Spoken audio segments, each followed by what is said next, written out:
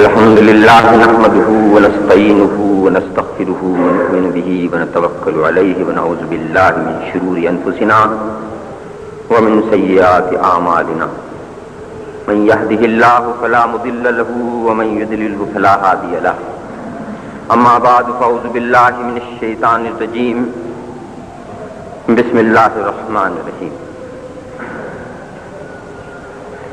قاف والقرآن المجيد بل عجبوا أن جاءهم منذر منهم فقال الكافرون هذا شيء عجيب أإذا متنا وكنا ترابا ذلك رجع بعيد قد علمنا ما تنقص الأرض منهم وعندنا كتاب حفيظ بل كذبوا بالحق لما جاءهم فهم في أمر مريج افلم ينظروا الى السماء فوقهم كيف بنيناها وزيناها وما لها من فروج والارض مددناها والقينا فيها رواسي وانبتنا فيها من كل زوج بهيج تبصرة وذكرى لكل عبد منيب ونزلنا من السماء ماء مباركا فانبتنا به جنات وحب الحصيد والنخل باسقات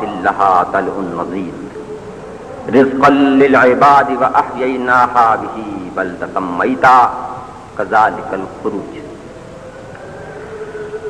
كذبت قبلهم قوم نوح وأصحاب الرس وثمود وعاد وفرعون وإخوان لوط وأصحاب الأيكة وقوم تبع كل كذب الرسل فحق وعيد افعینا بالخلق الاول بل هم فی لبس من خلق جدید صدق اللہ مولانا العظیم۔ حضرات، یہ سورہ قاف کا پورا پہلا رکوع میں نے تلاوت کیا ہے۔ آج اس سورت کے حوالے سے یہ ہمارا 5واں درس ہے۔ 4 درس اس پر آیت نمبر 2 تک ہو چکے ہیں، اور آج میں نے یہ جو تلاوت کی ہے یہ آیت نمبر 15 تک تلاوت کی ہے، اور یہ باقی تمام آیتیں اس لیے تلاوت کی ہیں کہ ان میں ایک مسلسل مضمون بیان ہوا ہے، اور وہ مضمون ہے مرنے کے بعد دوبارہ زندہ ہونے پر آثار کائنات سے اس میں دلائل بیان ہوئے۔ جو 4 مضمون ہم نے پہلے پڑھے ہیں ان میں سب سے پہلا مضمون تو ہم نے اس سورہ مبارکہ کے فضائل تھے، اس کا زمانہ نزول اور اس کی شان نزول تھی۔ پھر حروف مقطعات کے متعلق پڑھا۔ اس کے بعد تیسرا درس ہمارا جو تھا وہ خود اس بات پر تھا کہ اللہ تعالیٰ نے قرآن پاک کی قسم کیوں کھائی۔ قاف والقرآن المجید، قسم ہے قرآن کی جو بڑا بزرگ ہے، بڑا صاحب العطایا ہے، کثرت سے فیض پہنچانے والا ہے، بہت بنانے اور سنوارنے والا ہے۔ تو یہ مضامین ہم نے پڑھے تھے تیسرے درس۔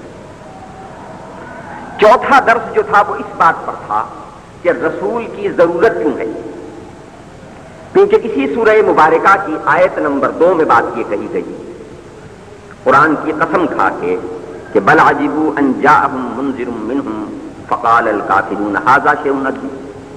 انہیں اس بات پر اچنبھا ہوا، انہوں نے اس بات پر تعجب کا اظہار کیا کہ ایک ڈرانے والا انہی میں سے آ گیا۔ تو ان کے لیے جو عجیب بات تھی جس پر وہ تعجب کر رہے تھے، وہ عجیب بات یہ تھی جس کے 3 پہلو تھے۔ یہ تینوں پہلو ہم نے پڑھے۔ ایک یہ کہ ڈرانے والا آیا، گویا وہ یہ سمجھتے تھے اور ہر ملحد یہی سمجھتا ہے کہ یہ زندگی ہے، بس میں پیدا ہو گیا، کھاؤں پیوں گا مر جاؤں، تو لہذا اس کی کوئی ضرورت نہیں ہے کہ کوئی آئے اور آ کے مجھے زندگی بسر کرنے کا طریقہ بتائے۔ لہذا قرآن یہ کہتا ہے کہ نہیں، تم باشعور پیدا کیے گئے ہو، اور تمہارے شعور کی رہنمائی کے لیے ضرورت ہے اس بات کی کہ ہم جو مالک و خالق کائنات ہیں اور ہم جو تمہارے پالنے اور پرورش کرنے والے ہیں، ہم ہی تمہیں بتائیں کہ اس زندگی کو تمہیں کیسے بسر کرنا ہے، اور اس کے لیے رسول کی ضرورت ہے۔ دوسرا تعجب ان کا یہ تھا کہ اچھا رسول تو آیا، کہیں اوپر سے آتا، فرشتوں میں سے آتا، باہر سے آتا، اس کے ساتھ کوئی نہریں اتاری جاتی، کوئی باغات لگائے جاتے، کوئی ہٹو بچو کرنے والی فرشتوں کی فوجیں ہوتی. ایسی تو کوئی بھی بات نہیں ہے. یہ تو ہم ہی میں سے ہے، ہمارے ہی ماحول سے اٹھا ہے. یہی عبداللہ کے گھر پیدا ہوا ہے، یہی آمنہ کی گود میں پلا ہے، یہی حلیمہ سعدیہ کی بکریاں چرائی ہیں، یہی پل پھول کے بڑا ہوا ہے، یہی تجارتیں کی ہیں، یہی شادی ہوئی ہے، یہی بچے ہوئے ہیں. 40 سال سے ہم دیکھ رہے ہیں. یہ کیسی عجیب بات ہے کہ آج یہ رسول بنے. اس کے دلائل بھی ہم نے پچھلے درس میں چوتھے میں پڑھ لیے تھے. یہ تو صرف مضامین کو آگے بڑھانے کے لیے میں یادداشت تازہ کر رہا ہوں. دوسرا تعجب انہیں اس بات پر کہ جب ہم مر کے مٹی ہو جائیں گے، زمین ہمیں کھا لے گی، تو پھر ہم دوبارہ کیسے زندہ ہوں؟ یہ رسول یہی بات کو کہتا ہے، یعنی ہمارے عقائد کی جن باتوں کا اظہار محمد رسول اللہ صلی اللہ علیہ وسلم اور قرآن کریم کرتا ہے. ان کے 3 بڑے موضوعات ہیں، ایک توحید، ایک رسالت. یہ دونوں موضوع ہم پڑھ چکے ہیں. اب آخری تیسرے موضوع کی طرف آ رہے ہیں جو آخرت، مرنے کے بعد کی زندگی اور اس کے متعلقات سے وابستہ ہے. تو اب یہاں کہا گیا اذا متنا وکننا ترابا، کیا جب ہم مر جائیں گے اور مٹی ہو جائیں گے پھر جئیں گے؟ ذالک رجم بعید، یہ پلٹنا تو بہت ہی بعید از عقل بات ہے. اچھا، بعید از عقل کے لیے کیا دلائل ہیں ان کے پاس؟ ایک تو یہ کہ جی مر گئے، مر کھپ گئے، کسی نے جلا دیا تو راکھ اڑ گئی، کسی نے بہا دیا تو مچھلیاں کھا گئی، کسی نے دبا دیا تو کیڑوں نے نمٹا دیا. مطلب ذرہ ذرہ جدا ہو گیا، پتہ نہیں رہا کوئی کہاں گیا. سینکڑوں صدیاں گزر گئیں، اربہ برس ہو گئے. مطلب پھر کیسے ہوگا کہ ہمیں دوبارہ اٹھایا جائے، اکٹھا کیا جائے، پھر دوبارہ وجود دیا جائے؟ تو اب اس کے جواب میں قرآن کہتا ہے کہ قد علمنا، ہم جانتے ہیں، ما تنقص الارض منہم، زمین ان میں سے کیا کھاتی ہے، کیا گھٹاتی ہے، کیا کمی کرتی ہے. وعندنا کتاب حفیظ، اور ہمارے پاس ایک ایسی کتاب موجود ہے جس میں سب کچھ لکھا ہوا موجود ہے. پہلی بات تو یہ کہ ہم خود صاحب علم ہیں. یعلم ما فی الصدور، ہم تمہارے سینوں کے راز تک جانتے ہیں. ہم جانتے ہیں کہ او فی السماوات، آسمانوں میں کیا ہے، او فی الارض، ہم جانتے ہیں زمین کے اندر کیا ہے، او فی صخرہ، ہم جانتے ہیں چٹان کے اندر کیا ہے. ہم جانتے ہیں وما تحت الثری، گیلی مٹی کے اندر زمین کے سینے میں کیا ہے، ہم جانتے ہیں. وقد علمنا، ہمیں معلوم. ما تنقص الارض منہم، زمین ان میں سے کیا گھٹاتی ہے. وعندنا کتاب حفیظ، اور ہمارے پاس تو ایک یاد رکھنے والی، محفوظ رکھنے والی کتاب ہے. بل کذبوا بالحق لما جاءہم فہم فی امر مریض، بلکہ انہوں نے حق کو جھٹلا دیا جیسے ہی وہ ان کے پاس آیا، اور اس لیے یہ اب ایک اضطراب انگیز کیفیت میں مبتلا ہے.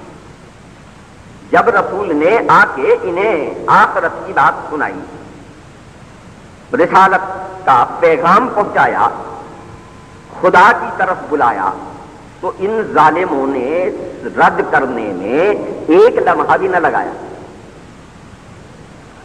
اب ذرا تاریخ سے رجوع کر لیں. حرا کی خلوت میں اللہ کا ایک متنفس پاکیزہ بیٹھا ہے، اپنے ماحول اور معاشرے کی گندگی سے، شرک سے، بت پرستی سے، برائیوں سے، ظلم سے بیزار ہو کے بستی چھوڑ گیا.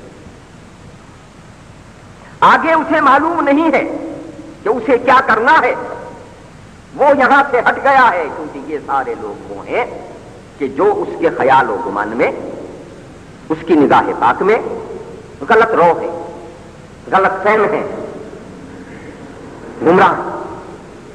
وہاں خدا اسے نبوت سے مشرف فرماتا ہے اور پھر لا کے صفا کے پہاڑ پر کھڑا کر دیتا ہے. 40 سال کا محفوظ زمانہ اس سارے ماحول کے پاس موجود ہے، اور وہ سارا ماحول اس سے پیار کرتا ہے، صادق و امین کہتا ہے، اپنا ثالث بناتا ہے معاملات میں، قضیوں میں اپنا حاکم تسلیم کرتا ہے۔ جب ایسے معاملات پیش آ جائیں جو فیصلہ نہ ہو سکتے ہوں اور جس پر ان کے ہاں تلواریں نکل آئیں، تو اس میں اپنا ججمان لیتا ہے، اپنا جسٹس تسلیم کر لیتا ہے، اور جو فیصلہ آپ کرتے ہیں اس فیصلے کو قبول کرتا ہے۔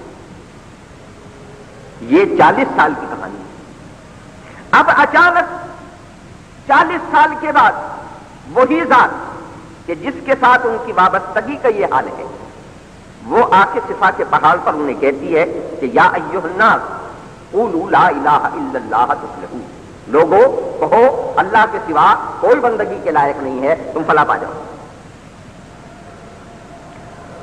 تو فوراً ہی رد کر دیا جاتا ہے مجمع سارا کا سارا۔ کچھ وہ ہیں جو خاموش چلے جاتے، کچھ وہ ہیں جو باقاعدہ بکواس کرتے۔ تو رد کسے کیا؟ محمد ابن عبداللہ کو نہیں کیا صلی اللہ علیہ وسلم، رد کیا ہے محمد رسول اللہ صلی اللہ علیہ وسلم۔ قرآن نے یہ بات کہی ہے کئی مقامات پر، یہ آپ کا انکار نہیں کرتے، اللہ کہتا ہے یہ ہمارا انکار ہے، کیونکہ اب آپ ہماری بات کر رہے ہیں، اب آپ خدا کی توحید کی بات کر رہے ہیں، اب آپ خدا کی رسالت کی بات کر رہے ہیں، اور اب آپ آخرت کی زندگی کی بات کر رہے ہیں۔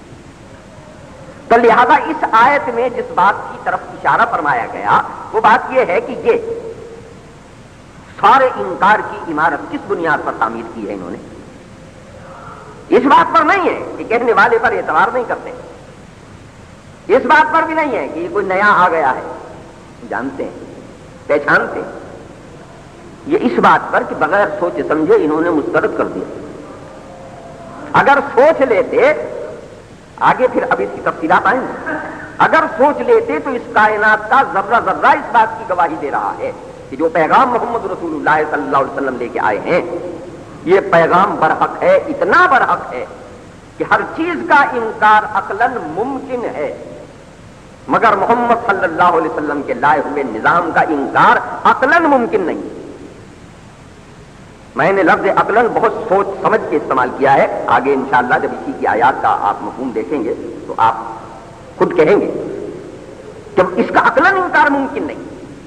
تو کہا یہ جو ہیں بل کذبوا بالحق لما جاءهم فهم فی امر مریض، بلکہ انہوں نے حق کو جھٹلایا ہے، اور کیوں جھٹلایا ہے؟ جب وہ ان کے پاس آیا اور انہیں جھٹلایا تو وہ ایک مضطرب اور بے ثبات بات میں مبتلا ہو گئے۔ اب دلائل دیے جا رہے ہیں کہ اگر انہوں نے مسترد نہ کیا ہوتا، ذرا سا غور کر لیا ہوتا، تو دیکھو یہ وہ دلائل اور آثار ہیں جن کی بنیاد پر نہ رسالت کا انکار ممکن، نہ قرآن کا انکار ممکن، اور نہ اس بات کا انکار ممکن کہ مرنے کے بعد کیسے زندہ ہوں گے۔ دیکھو آؤ، افلم ينظروا الى السماء فوقهم كيف بنيناها وزيناها وما لها من فروج، تو کیا انہوں نے اپنے اوپر آسمان کو نہیں دیکھا؟ ہم نے اسے کیسا بنایا اور سنوارا، اس میں کہیں کوئی رخنا نہیں ہے۔ والارض مددناها، اور ہم نے زمین کو پھیلایا، وَأَلْقَيْنَا فِيهَا رَوَاسِيَ، اور اس میں لنگر ڈالے، پہاڑ جمائے، وَأَنبَتْنَا فِيهَا مِن كُلِّ زَوْجٍ بَهِيجٍ، اور اس میں ہر طرح کے جوڑا جوڑا نباتات اگائی، تَبْصِرَةً وَذِكْرَىٰ لِكُلِّ عَبْدٍ مُنِيبٍ، سوجھ بوجھ رکھنے والوں اور ہر رجوع کرنے والے بندے کے۔ یہ آسمان کی بناوٹ، یہ زمین کی ہمواری، یہ اس کے ذرائع، یہ اس کے وسائل، یہ اس کا اپنے محور پر قائم رہنا، تمہیں لے کے چلنا پڑنا، اس کے اجزاء کا منتشر نہ ہونا، تمہارے وجود کے لیے تمام ذرائع اور وسائل رزق فراہم کرنا، یہ ہر سوجھ بوجھ رکھنے والے کے لیے ایک غور و فکر کا سامان ہے۔ وَنَزَّلْنَا مِنَ السَّمَاءِ مَاءً مُبَارَكًا، اور ہم نے آسمان سے برکت والا پانی اتارا، فَأَنبَتْنَا بِهِ، اور اس کے ذریعے اگایا ہے جنات، باغ، وَحَبَّ الْحَصِيدِ، اور اناج ہر قسم کے، وَالنَّخْلَ بَاسِقَاتٍ لَهَا طَلْعٌ نَضِيدٌ، لمبے لمبے کھجور کے درخت جن سے پکے ہوئے پھل، رزقا للعباد، بندوں کی روزی کے لیے، وَأَحْيَيْنَا بِهِ بَلْدَةً مَيْتًا، اور ہم نے اس پانی سے مردہ زمین جلائی ہے، مردہ شہر زندہ کیے ہیں، کذالک الخروج، اسی طرح قبروں سے تمہارا نکلنا بھی ہوگا۔ تم نے دیکھا زمین مر جاتی ہے، کہیں گھاس کا تنکا بھی نظر نہیں آتا، درخت لنڈ لنڈ ہو جاتے ہیں، پتے جھڑ جاتے ہیں۔ اس حالت میں اس مری ہوئی زمین کو دیکھ کے اگر زندہ زمین نہ دیکھی ہو تو کوئی یہ کہہ سکتا ہے کہ یہ چٹیل میدان جس میں گھاس کا تنکا بھی موجود نہیں ہے، رات کو پانی کا ایک قطرہ ٹپکے گا اور صبح سبزے کی کوپل نکل آئے گی، خزاں کا آخری لمحہ آپ دیکھیں اور بہار کے پہلے لمحے کا آپ استقبال کریں تو منظر سمجھ میں آ جاتا ہے کہ یہ اتنی بڑی دنیا جس کے مقابلے پر ہم ایک حقیر ذرے کی حیثیت رکھتے ہیں۔ یہ سبزہ جو چلا گیا تھا کہاں تھا، آ گیا کہاں سے آیا، بڑھ رہا ہے کیسے بڑھ رہا ہے، اور پھر فنا ہو کے موت کے گھاٹ اترے گا تو کہاں چلا جائے گا۔ یہ منظر تو روز تمہارے سامنے آتا ہے۔ تو ہم نے یہ ساری کی ساری چیزیں تمہارے سامنے رکھی ہیں، کذالک الخروج، اسی طرح سے تمہارا اپنی قبروں سے نکلنا بھی اسی طرح ہوگا۔ پھر تاریخ نسل انسانی کی بھی کوئی بات کی ہے، کہا یہ کوئی نئی بات تو ہے نہیں کہ تم آج جھٹلا رہے ہو، یہ جھٹلانے والے جھٹلاتے رہے ہیں۔ کذبت قبلہم قوم نوح، اس سے پہلے جھٹلایا نوح کی قوم نے، واصحاب الرس، رس والوں نے، وثمود، سمود کی قوم نے، وعاد، عاد والوں نے، وفرعون، اور فرعون کی قوم نے، واخوان لوط، لوط والوں نے، واصحاب الایکہ، ایکہ والوں نے، وقوم تبع، تبع کی قوم نے، کل، سب نے، کذب الرسل، ہر ایک نے رسول کو جھٹلایا، فحق وعید، تو میرے عذاب کا وعدہ ثابت ہو گیا۔ تو کیا ہم پہلی بار بنا کر تھک گئے تھے؟ اب ایک دوسرے انداز سے ایک مثبت بات سامنے رکھی، کہا افاعینا بالخلق الاول، ہم نے تمہیں پہلے بھی بنایا ہے نا، تو کیا تمہیں بنا کے ہم تھک گئے تھے کہ اب بنانے کے قابل نہیں رہے؟ بل ہم فی لبس من خلق جدید، بلکہ وہ نئے بننے سے شبہے میں مبتلا ہیں۔ تو ان سے پوچھو کہ پہلے بنا کے کیا تھک گئے تھے کہ دوبارہ نہیں تمہیں بنا سکتے؟ حضرات یہاں تک جو ہم نے آیتیں یہ پہلے رکوع کی پڑھی ہیں، 15ویں آیت تک، یہ اس کا مفہوم تھا جو میں نے آپ کے سامنے بیان کیا۔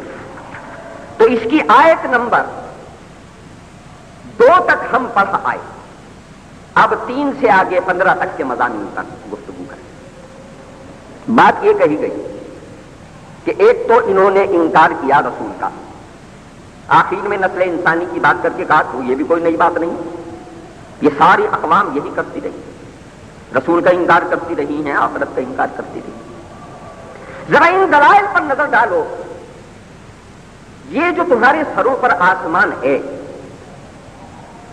یہ جیسا ہے، اس کا تفصیلی ذکر قرآن میں مختلف مقامات پر آیا۔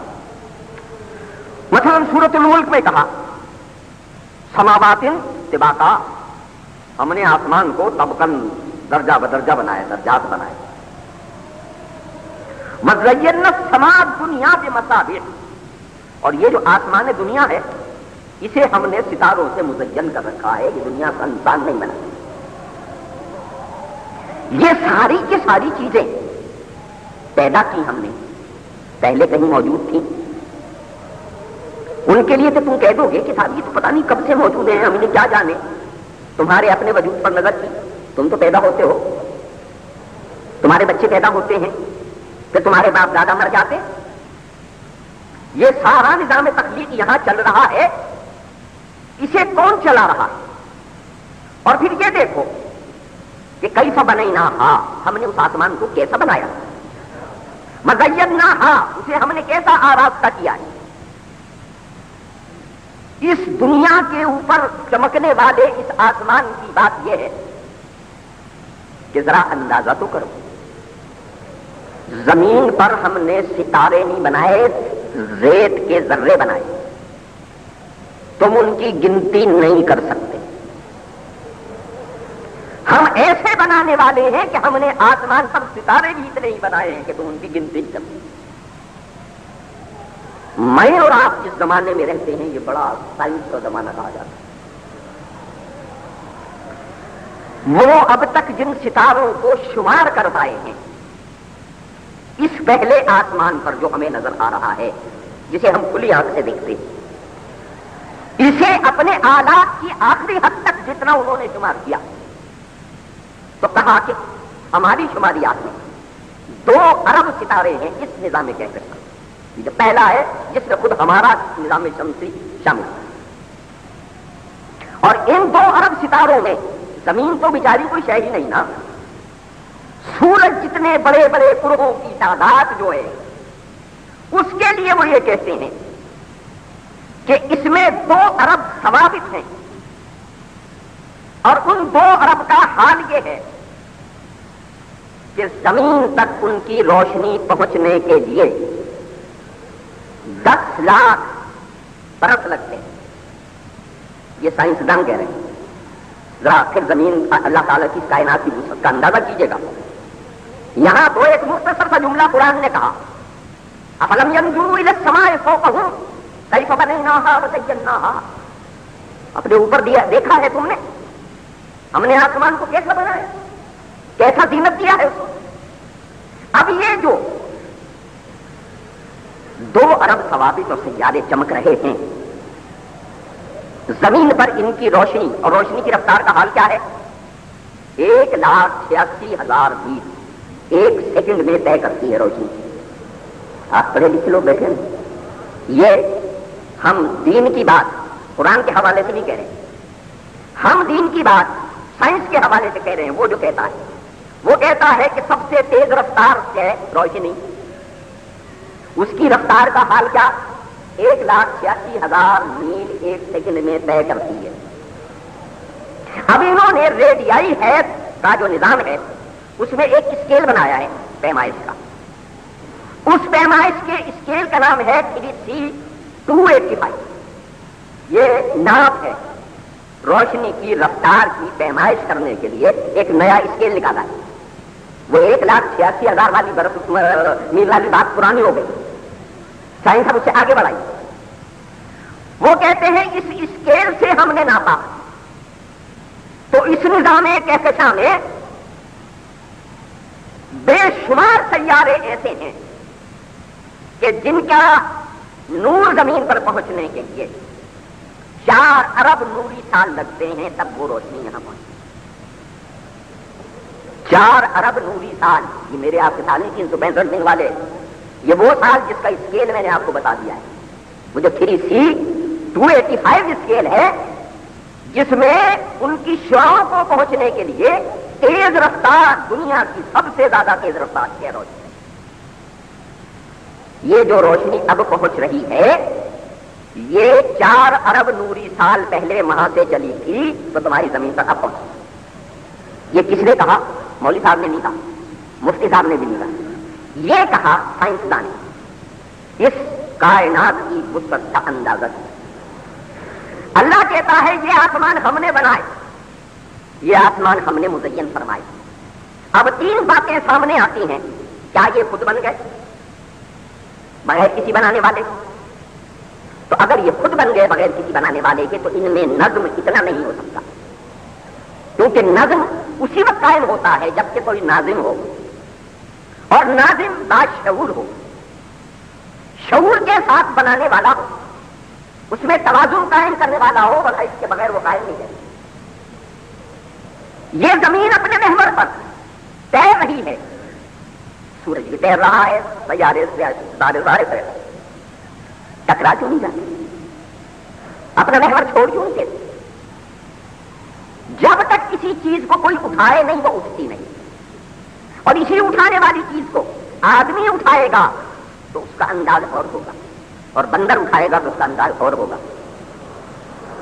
اٹھانے کی کوشش ہوئی، جب شعور اٹھائے گا تو ترتیب سے اٹھائے گا، اور بے شعور اٹھائے گا تو بے ترتیب اٹھائے گا۔ لہٰذا تمہیں باہر جانے کی ضرورت نہیں، ہم تو کہتے ہیں ذرا اوپر ہمارے آسمان کو دیکھ، پھر ذرا اور ہم نے آسمان سے پانی برسایا، اس پانی کے ذریعے ہم زندگی کو پیدا کرتے ہیں۔ اس میں تم نے کبھی غور کیا؟ پانی کا رنگ سفید ہے، یہ ٹرانسپیرنٹ رنگ ہے، اس کے ذریعے جو چیزیں پیدا ہو رہی ہیں ان میں ایک ہی رنگ ہونا چاہیے، لیکن ہم اسی ایک رنگ کے پانی سے ہزار رنگ کی چیزیں نکال رہے ہیں۔ وہی پانی گندم کے لیے بھی ہے، وہی پانی چاول کے لیے بھی ہے، وہی کھجور کے لیے بھی ہے، وہی انار کے لیے بھی ہے، وہی انگور کے لیے بھی ہے، وہی زقوم کے لیے بھی ہے، وہی نارفنی کے لیے بھی ہے، وہی تھور کے لیے بھی ہے، وہی تھوم کے لیے بھی ہے، وہی پیاز کے لیے بھی ہے، وہی پالک کے لیے بھی ہے، وہی شلجم کے لیے بھی ہے، وہی گاجر کے لیے۔ ایک ہی پانی سے، ایک ہی زمین سے یہ ساری چیزیں اٹھ رہی ہیں۔ ہم اس پانی سے کیسی رنگا رنگ چیز زمین پر لگائے ہوئے ہیں، اور کس نظم اور ترتیب کے ساتھ لگائے ہوئے ہیں۔ جس دانے سے ہمیں گندم اگانا ہے وہ دانہ کبھی جو نہیں اگا سکتا، جس بیج سے ہمیں کیکر نکالنا ہے وہ کبھی آم نہیں دے سکتا۔ اور دیکھو یہ مختلف لون چیزیں صرف ہم نے نباتات میں نہیں بنائی، ہم نے حجریات میں بنائی۔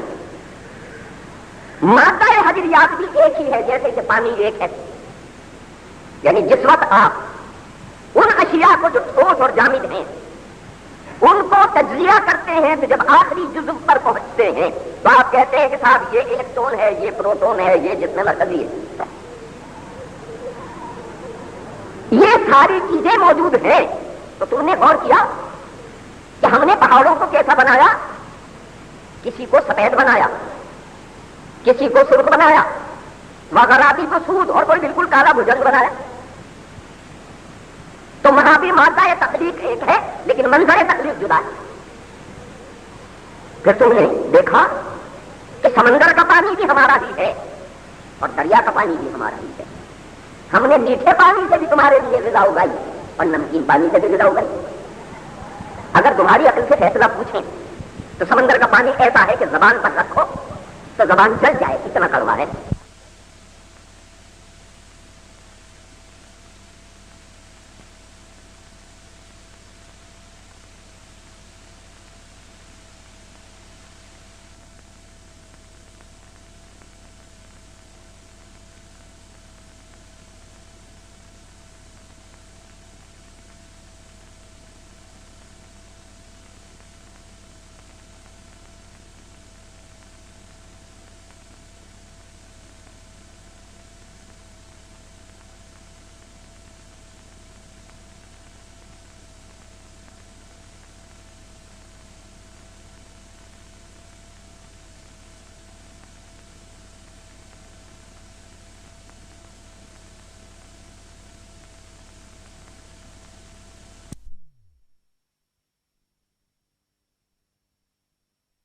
کہ آخری 24ویں گھنٹے تک ان کی رفتار اور گفتگو کی کیفیت یکساں ہے، لیکن تم پاکستان میں پیدا ہوتے ہو تو تمہارا رنگ گندمی ہے، وہ افریقہ میں پیدا ہوتا ہے تو اس کا رنگ کالا ہے، وہ جرمنی میں پیدا ہوتا ہے تو سرخ ہے، وہ چین میں پیدا ہوتا ہے تو زرد۔ تمہارے بال لمبے ہیں، اس کے بال گھنگریالے ہیں، اور حبشہ میں اس کے بال بالکل اون کی طرح سے ہیں۔ ان سارے منظروں پر غور کیا تم نے؟ ہم کیسے بنانے والے؟ اب آؤ اس مرحلے کی طرف جو تمہیں زیادہ تنگ کرتا ہے کہ اچھا ہم مر گئے تو مرنے کے بعد مٹی ہو گئے، اب ہمیں کون اٹھائے گا، اب ہمیں کون نکالے گا؟ تو ایک جواب تو اس کا یہ سن لو کہ قد علمنا، ہم جانتے ہیں، ما تنقص الارض منہم، زمین تم میں سے کھاتی کیا ہے ہمیں پتا ہے، اور ہم روز یہی کرتے ہیں، جو کچھ زمین سے اٹھ کے باہر آیا سب ختم ہو گیا، زمین کی زندگی کو تم نے کھایا۔ یہ گندم زندہ تھی، لہلہا رہی تھی، اپنی زندگی کا نشان دے رہی تھی۔ حیات کے دو ہی نشان ہیں نا جی، ایک نمو اور ایک حرکت، یعنی آپ زندہ کسے کہتے ہیں؟ سائنس کی اصطلاح میں زندہ اسے کہتے ہیں جو بڑھ رہا ہو اور از خود حرکت کر رہا ہو۔ اگر حرکت اور نمو بند ہو جائے تو مر گئے، یعنی یہ اصطلاح ہے سائنس کی زندگی اور موت کے بارے میں کہ بھائی موت کیا ہے؟ سکوت ہے، اور بڑھوتری کا رکنا ہے۔ جب تک کوئی چیز بڑھ رہی ہے زندہ ہے، جب تک کوئی حرکت کر رہی ہے۔ تو دیکھو زمین سے زندگی کی جو اشیاء نکلی وہ تمہارے ہاتھوں موت کے گھاٹ اتری کہ تم نے گندم کھائی، گندم مر گئی، تم نے کھجور کھائے، کھجور مر گئی، تم نے آم کھایا، آم مر گیا، تم نے انگور کھایا، انگور مر گیا، تم نے جو کچھ بھی کھایا وہ مر گئے۔ یہ روز مرتا ہے نا، یہ روزانہ تمہارے ہاتھ حیوانات اور نباتات موت کے گھاٹ اتر رہے ہیں، اور ہم دوبارہ پھر انہیں زندہ کر کے لا رہے ہیں۔ یہ ہر زمین سے نکلنے والی کوپل نئی نکل رہی ہے، وہ جو پہلی تھی وہ تو گئی، تو یہ ہم نکال رہے۔ تو کیا ہم اس تخلیق سے تھک گئے ہیں کہ تمہیں دوبارہ نکالنا چاہیں گے تو نہیں نکال سکتے؟ کذالک الخروج، جس طرح یہ زمین سے سبزہ اگتا ہے، جب ہم حکم دیں گے تم اپنی قبروں سے اسی طرح نکلو، پروانوں کی طرح سے، جیسے بارش کا پہلا قطرہ زمین پر بڑھتا ہے برسات میں، آپ دیکھتے ہیں کہ زمین سے ایک فوج ہے پروانوں کی جو نکلتی ہے، ایک ایک قبر سے، وہ جو کہتے ہیں نا 70 اٹھو گے، تو عربی زبان میں یہ 70 کا لفظ ٹھیک عدد کی حیثیت میں نہیں آتا کہ 70 ہی نکلو گے، مراد یہ ہے اتنے نکلو گے کہ بے شمار نکلو گے، تم سارے کے سارے ایک آواز ہم دیں گے، ہماری ایک آواز پر نکل آؤ۔ جس طرح ہماری ایک آواز پر جو بادل کی گرج کی صورت میں ہم بھیجتے ہیں، جو پانی کے اس سیلاب کی صورت میں ہم بھیجتے ہیں، جو بارش کے اس شور کی صورت میں ہم بھیجتے ہیں، تو زمین اپنی مری ہوئی حالت سے زندہ اٹھ کے بیٹھ جاتی ہے، اسی طرح تم سب اٹھ کے بیٹھ جاؤ۔ تو آپ نے دیکھا کہ قرآن نے یہ ساری باتیں عقل کے سامنے رکھ کے کہیں کہ ذرا آؤ نا اسی تردید تو کرو۔ جب میں نے گفتگو کا آغاز کیا تھا تو آپ سے یہ بات کہی کہ یہ بات عقلاً ممکن ہی نہیں ہے کہ قرآن جس نظام کو پیش کر رہا ہے وہی صاحب عقل آدمی اس کا انکار کر سکتا ہے۔ وہ جو انکار کرتا ہے نا، وہ دو قسم کے آدمی انکار کرتے ہیں۔ ایک تو وہ ہٹ دھرم ہے کہ دراصل وہ اقرار کر لے تو اپنی بدکاریوں سے اسے دستبردار ہونا پڑتا ہے، اپنی مفاد پرستیوں سے اسے دستبردار ہونا پڑتا ہے، اپنے ظلم و جور سے اسے دستبردار ہونا پڑتا ہے۔ جب یہ مان لو کہ زمین اللہ کی، جسم اللہ کا، اختیار اللہ کا، اسے برتنے کے بعد اس کے سامنے جا کے آخر اپنا جواب دینا ہے، تو آدمی اپنی فارم میں آ جاتا ہے۔ تو وہ ہٹ دھرم ہے کہ اس کے مفادات وابستہ ہیں، ان مفادات کو چھوڑنے کے لیے تیار نہیں ہوتا، جیسے اس ابو جہل نے کہا تھا۔ اس سے سوال ہوا، اس نے کہا 14 ہٹیں بنو ہاشم نے کی تو 14 ہٹیں ہم نے بھی، سرداریاں انہوں نے کی تو سرداریاں ہم نے بھی، حاجی آئے تو کھانا انہوں نے بھی کھلایا ہم نے بھی کھلایا، قضیے اٹھے تو فیصلے انہوں نے بھی کرائے ہم نے بھی کرائے۔ اب وہ کہتے ہیں ہم میں پیغمبر آ گیا، میں پیغمبر کہاں سے لاؤں کہ میرے خاندان کا نام اونچا ہو؟ تو مراد یہ ہے کہ میں اسے اس لیے نہیں مانتا کہ یہ رسول نہیں ہے، میں انکار اس لیے کرتا ہوں کہ اسے مان لوں گا تو میری چودراہٹ جاتی رہے گی۔ یہ ابو جہل نے کہا۔ یہود نے کیا کہا؟ تو آئیے پوچھتے ہیں حضرت ام سلمہ رضی اللہ، حضرت صفیہ رضی اللہ تعالیٰ عنہ نبی صلی اللہ علیہ وسلم کی بیوی ہیں، خیبر کی شہزادی، وہ بیان فرماتی ہیں کہ جب حضور کی دعوت کا آغاز ہوا تو میرے باپ نے اپنے بھائی سے کہا کہ جاؤ مدینے ذرا پتہ کر کے آؤ یہ جو نبوت کا دعوے دار ہے یہ کیسا ہے۔ تو حضرت صفیہ رضی اللہ تعالیٰ عنہ فرماتی ہیں وہ وہاں سے واپس آیا تو میرے باپ سے گفتگو کر رہا تھا اور وہ گفتگو میں نے سنی، تو میرے ابا نے پوچھا چچا سے، کہا بھائی دیکھا ہے اس رسول کو؟ کہا ہاں جی۔ کہا تمہارا کیا خیال ہے؟ کہا بھائی جان خدا کی قسم یہ وہی ہے جس کی علامتیں ہم اپنی کتابوں میں پاتے ہیں۔ تو اب بھائی پوچھتا ہے اچھا پھر تمہارا کیا خیال ہے بھائی ایمان لانے کے بارے میں؟ اس نے کہا بھائی جان خدا کی قسم میں تو ایمان نہیں لانے کا۔ یعنی اس ایک جملے میں انسان کی اس بد کرداری اور بدقسمتی کی پوری کہانی بیان ہے۔ میں کیوں نہیں ایمان لانے کا؟ کہ میری مذہبی پیشوائی ختم ہو جائے گی، پھر مجھے چندے کون دے گا، پھر مجھے نذرانے کون دے گا، پھر مجھے چودھری کون مانے گا؟ پیغمبر کی بات مانے گا کہ میری بات مانے گا؟ اور پھر وہ پیغمبر جو نظام لایا اس میں آگے چل کے پھر ایک نقطہ دیکھنے، مکے والوں نے کہا یہ تمہارے پاس تو غریب لوگ آتے ہیں، یہ بلال آتے ہیں، یہ صہیب آتے ہیں، یہ عمار آتے ہیں، یہ یاسر آتے ہیں، ہم ان کے ساتھ کیسے بیٹھ جائیں؟ ہم تو بڑے لوگ ہیں۔ تو اصل میں ایک منکر تو وہ ہے کہ اس کے مفادات پوچھتے ہیں، اور دوسرا وہ آدمی ہے جو جانوروں کی طرح سے زندگی گزارتا ہے، غور ہی نہیں کرتا اس بات پر کہ کھانے پینے کے سوا بھی زندگی کا کوئی اور مقصد اور مقصد ہے۔ تو آپ نے دیکھا یہ ساری باتیں جتنی میں نے آپ کے سامنے کی ہیں، ان کے بعد کسی کے پاس گنجائش ہے اس بات کی کہ وہ آخرت کا انکار کر دے، رسالت کا انکار کر دے؟ اب آئیے ایک اور منظر دیکھتے۔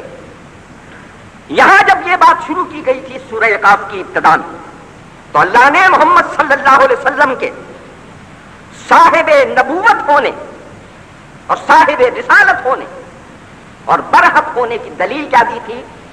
والقرآن المجید، اس قرآن کی قسم یہ رسول ہے۔ یعنی قرآن گواہی میں پیش کیا اللہ نے محمد صلی اللہ علیہ وسلم کی رسالت کے ثبوت میں کہ جو آدمی کھلی آنکھوں سے اس قرآن کو دیکھے، اس کے نظام پر غور کرے، اس نے نسل انسانی کو جو فیض پہنچایا ہے اس کا اندازہ کرے، تو ممکن ہی نہیں ہے کہ وہ رسالت محمدی کا انکار کر سکے صلی اللہ علیہ وسلم۔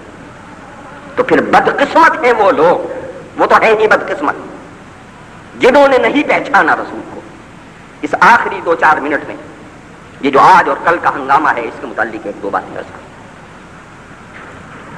جب تک مسلمان صاحب غیرت اور زندہ تھا تو صورتحال یہ تھی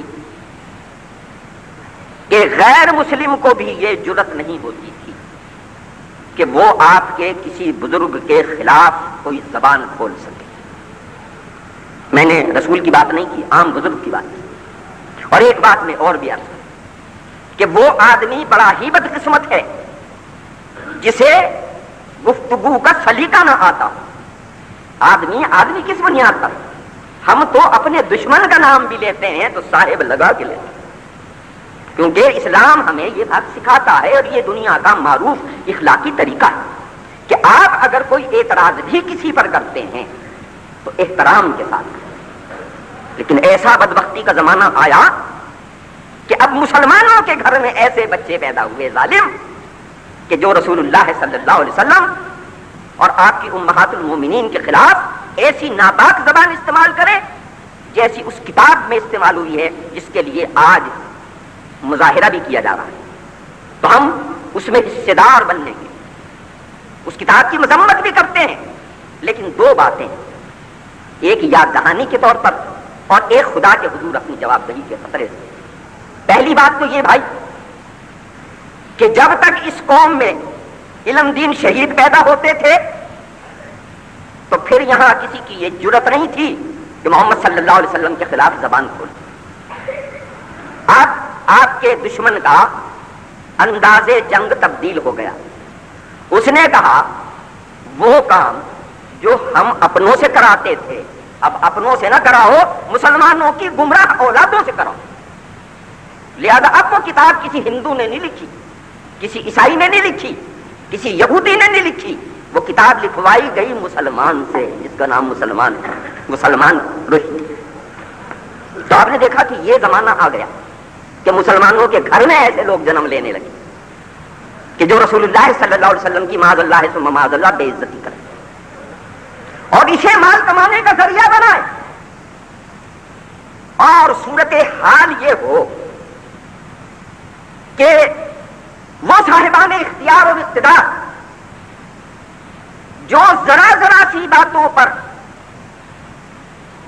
اپنے تعلقات غیر ممالک سے توڑ لیں، سفارتی مشن بند کر دیں، سفارتی تعلقات توڑ لیں، ابھی تک کسی کی طرف سے، یعنی سب سے پہلے اسے کس نے بین کیا؟ ہندوستان نے. پاکستان میں بعد میں بات آئی ہے، میں آپ کو واقعات کی سطح پر بتا دوں. وہ ملک جو اسلام دشمن ہے لیکن اس نے مسلمانوں کے، وہاں کے مسلمانوں کے دباؤ کی بنیاد پر سب سے پہلے اس کتاب کو ہندوستان میں اس کا داخلہ بین کیا. ہم نے تو پرسوں اس کے لیے اسمبلی میں قرارداد پیش کی ہے. یہ کتاب نئی نہیں ہے، یہ تو سال بھر سے زیادہ ہو چکا ہے. اس کا ایک ایڈیشن تو خود برطانیہ نے احتجاج کی بنیاد پر اس پبلشر نے واپس لیا. یہ اب اس کا دوسرا ایڈیشن ہے جو امریکہ سے چھپنے والا ہے اور وہ اسے 7-8 زبانوں میں ترجمہ کرا کے چھپوانے کی فکر میں.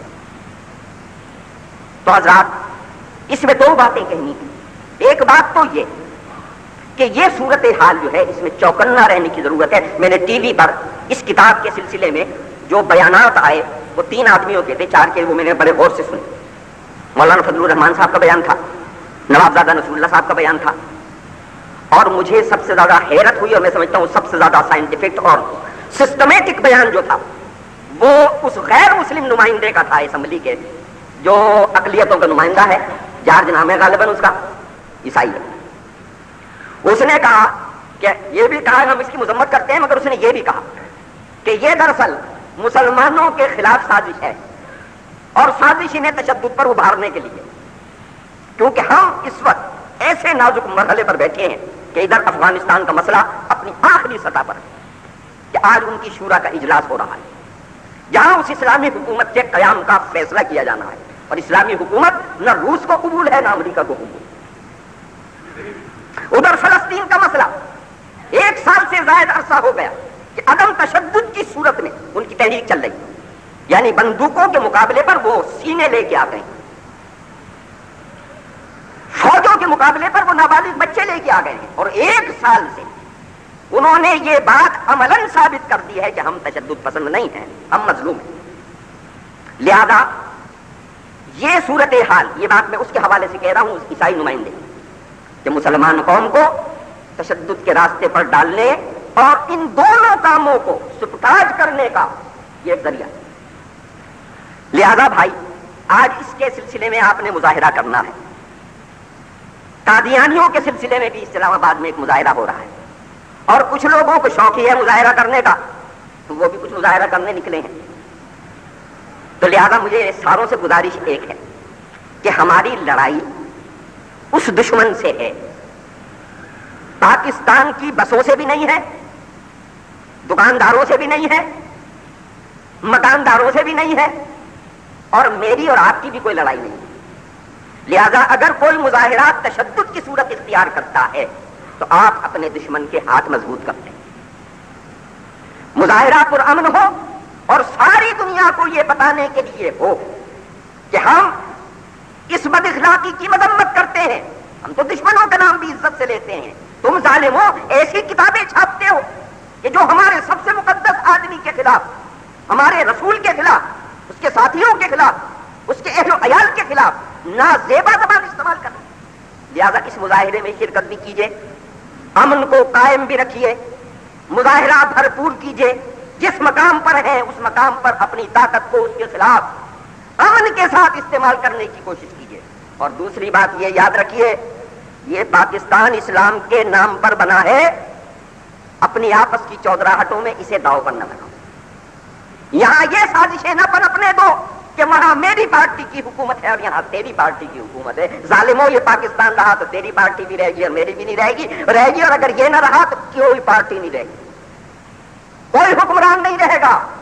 دیکھو جب یہ حکمرانی کے چکر چلانے والے ظالم ہوش میں نہ آئے تو 900 سال حکمرانی کرنے کے بعد اذانوں کو ترستی ہے اسپین کی زمین. سینکڑوں برس حکمرانی کرنے کے بعد دلی اور حیدرآباد کی مساجدوں پر ہندوؤں اور سکھوں کے قبضے ہیں. مشرقی پنجاب کی مسجدوں میں اذانیں نہیں ہوتی.